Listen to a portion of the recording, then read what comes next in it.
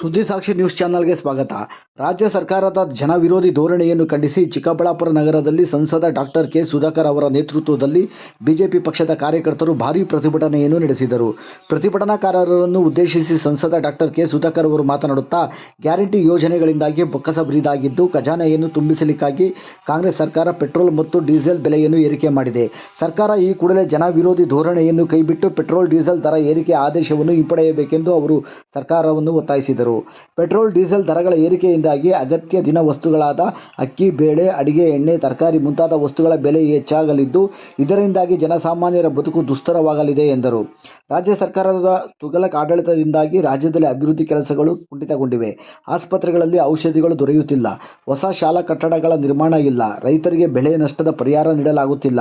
ಕನಿಷ್ಠ ರೈತರಿಗೆ ಹಾಲಿನ ಬೆಂಬಲ ಬೆಲೆಯ ಹಣವನ್ನು ನೀಡದ ಕಾಂಗ್ರೆಸ್ ಸರ್ಕಾರಕ್ಕೆ ಅಧಿಕಾರದಲ್ಲಿ ಉಳಿಯಲು ಯಾವುದೇ ನೈತಿಕತೆ ಇಲ್ಲ ಎಂದು ಕಿಡಿಕಾರಿದ ಅವರು, ಇದೀಗ ರಾಜ್ಯ ಸರ್ಕಾರ ಗ್ಯಾರಂಟಿ ಯೋಜನೆಗಳ ಹೆಸರಿನಲ್ಲಿ ಸರ್ಕಾರ ಜಾಗಗಳನ್ನು ಮಾಡಲು ಹೊರಟಿರುವುದು ನಾಚಿಕೆಗೇಡಿನ ಸಂಗತಿ ಎಂದು ಕಿಡಿಕಾರಿದ ಅವರು, ಈ ಕೂಡಲೇ ತೈಲ ಬೆಲೆ ಏರಿಕೆಯ ಆದೇಶವನ್ನು ಸರ್ಕಾರ ಹಿಂಪಡೆಯಬೇಕೆಂದು ಅವರು ಸರ್ಕಾರವನ್ನು ಆಗ್ರಹಿಸಿದರು.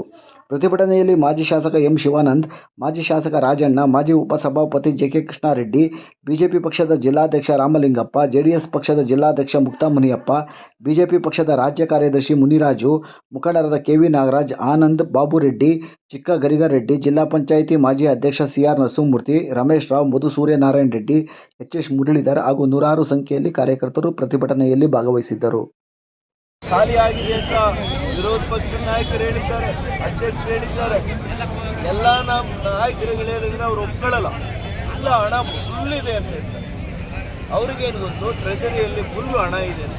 ಹಣ ಇದ್ದ ಮೇಲೆ ಲಾಸ್ಟ್ ರಿಸಾರ್ಟ್ ಒಂದು ಸರ್ಕಾರಕ್ಕೆ ನನಗೆ ತಿಳಿದಿರುವಂಥ the last resort will be to high petrol. ಯಾವುದು ಕಳಿಸ್ತಾ ಇಲ್ಲ ಅಂದರೆ ಸರ್ಕಾರಕ್ಕೆ ಏನೇ ಮಾಡಿ ಮತ್ತೆ ಇನ್ನ ನಿಮಗೆ ಕಾದ್ಕೊಂಡು ಕೂತ್ಕೊಳ್ಳಿ.